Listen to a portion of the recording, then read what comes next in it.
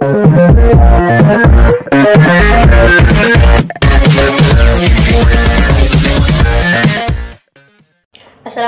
warahmatullahi wabarakatuh. Perkenalkan, saya Arneta Sari dari Prodi Pendidikan Biologi Fakultas Keguruan dan Ilmu Pendidikan Universitas Maritim Raja Ali Haji. Baiklah, pada video kali ini saya buat untuk memenuhi nilai ujian akhir semester pada mata kuliah Taksonomi Vertebrata dengan dosen pengampu Ibu Azza Nuzullah Putri, SPD MPD. Baiklah, materi yang akan saya jelaskan kali ini mengenai superkelas Pisces, yaitu kelas Osteichthyes. Nah, adapun poin dari kelas Osteichthyes yang akan saya bahas pada hari ini, yaitu yang pertama mengenai klasifikasi Osteichthyes, yang kedua karakteristik atau ciri khas morfologi maupun anatomi dari kelas Osteichthyes, yang ketiga ada daerah penyebaran, tingkah laku, dan juga pemanfaatan dari kelas Osteichthyes. Dan yang terakhir ada informasi menarik lainnya mengenai kelas Osteichthyes. Kelas Osteichthyes. Osteichthyes berasal dari kata osteon yang berarti tulang keras, tulang sejati. Sedangkan jika diambil dari kata ichthyos yang berarti ikan. Adapun ciri utama dari kelas ini yaitu struktur tubuhnya tersusun atas tulang sejati atau tulang keras yang mengalami osifikasi. Osifikasi di sini maksudnya proses pertumbuhan tulang pada ikan. Selanjutnya, klasifikasi dari kelas Osteichthyes. Pada kelas Osteichthyes dibagi menjadi dua subkelas.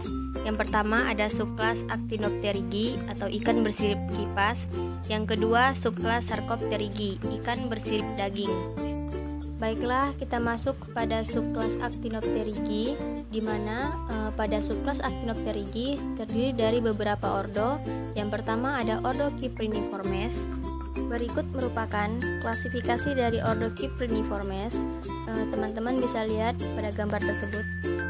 Phylum Chordata, subphylum Vertebrata, superkelas Pisces, kelas Osteichthyes, subkelas Actinopterygii, ordo Cypriniformes, subordo Cyprinoideae, family Cypridae, subfamily Cyprinidae, genus Cyprinus, dan spesies Cyprinus carpio. Nah, teman-teman bisa lihat gambar di samping. Gambar tersebut merupakan spesies dari Cyprinus carpio atau disebut juga dengan ikan mas. Nah, selanjutnya ordo yang kedua yaitu ordo Perciformes, di mana klasifikasinya teman-teman bisa lihat di gambar tersebut. Contoh dari spesies ordo Perciformes yaitu Oreochromis niloticus atau ikan nila. Oke, sekarang kita masuk ke subkelas yang kedua yaitu subkelas Sarcopterygii atau ikan sirip berdaging. Nah, pada subkelas ini terdiri dari dua ordo yaitu ordo Dipnoi dan ordo Solasantiformes. Yang pertama, ordo Dipnoi. Nah, subordo dari ordo ini yaitu Ceratodontoideae. Family dari ordo ini Lepidosirenidae, genus Lepidosiren. Sedangkan spesies dari ordo ini yaitu Lepidosiren paradoxa. Nah, ordo yang kedua yaitu ordo Solasantiformes, di mana family dari ordo ini yaitu Latimeridae, genus Latimaria, dan spesies dari ordo ini yaitu Latimaria menadoensis. Karakteristik atau ciri khas dari kelas Osteichthyes. Yang pertama, tubuh berbentuk fusiform agak oval meruncing dengan berbagai bentuk variasi. Yang kedua, celah insang tunggal di setiap sisi tubuh dengan penutup insang yang disebut dengan operculum. Yang ketiga, mempunyai gelembung renang yang berfungsi sebagai paru-paru pada ikan. Nah, sedangkan ciri-ciri yang khusus dari kelas Osteichthyes sendiri, yang pertama, kulit banyak mengandung kelenjar mukosa. Yang kedua, mulut terletak di ujung dan bergigi rahang yang tumbuh dengan baik dan bersendi pada tulang tempurung kepala. Yang ketiga, skeleton, terutama berupa tulang keras, kecuali beberapa jenis yang sebagian bertulang rawan. berbentuk vertebra, kemudian sisa-sisa notochord masing-masing tampak. Nah, selanjutnya yang keempat, bernafas dengan beberapa pasang insang yang memiliki tutup insang atau operculum yang terletak pada arcus branchius yang berada dalam ruangan celah insang pada kedua tepi di samping faring. Yang kelima, memiliki gelembung renang yaitu kantong udara yang dapat digunakan untuk mengubah daya apung sehingga tidak tenggelam saat tidak bergerak dan sebagai alat bantu dalam bernafas. Ciri yang selanjutnya yaitu memiliki 10 pasang saraf kranial. Yang ketujuh, suhu tubuh bervariasi tergantung pada lingkungannya. Yang kedelapan, memiliki sepasang gonad di mana fertilisasi terjadi di luar tubuh kecuali untuk beberapa spesies. Umumnya mengeluarkan telurnya atau bersifat ovipar. Beberapa ada yang ovovivipar atau vivipar. Dan yang terakhir yaitu beberapa spesies dapat berpindah dari perairan asin ke perairan tawar, misalnya ikan salmon dan belut laut. Pada saat berada di air tawar, ginjalnya mengeluarkan urin yang sangat encer dan insangnya menyerap garam dan air dengan cara transport aktif. Selanjutnya, morfologi pada kelas Osteichthyes, salah satunya yaitu pada ikan mas. Setelah kita perhatikan pada gambar tersebut, di mana bentuk luar dari ikan mas tersebut, yang pertama, sirip menjadi salah satu tanda pengenal paling mudah kita lihat, di mana ikan mas memiliki banyak sirip yang tumbuh di beberapa bagian tubuhnya.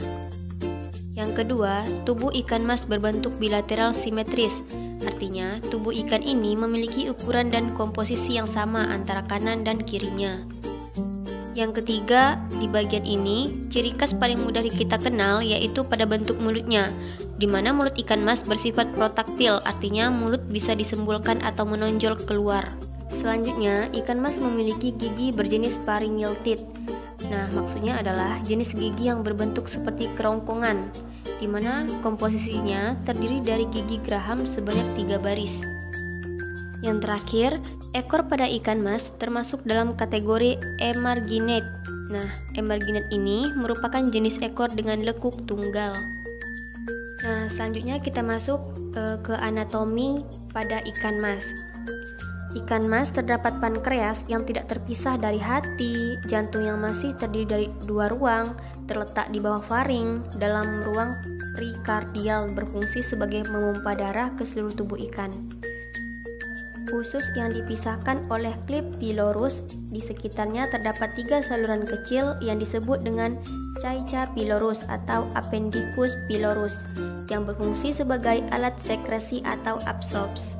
Kemudian terdapat limfa yang merupakan bagian dari sistem sirkulasi yang berwarna merah. Selanjutnya ada ginjal yang terletak di antara gelembung udara dan vertebra yang berfungsi sebagai organ ekskresi. Dan yang terakhir ada kloaka yang bermuara dari sistem pencernaan, ekskresi, dan reproduksi. Selanjutnya, daerah penyebaran, tingkah laku, dan pemanfaatan pada kelas Osteichthyes.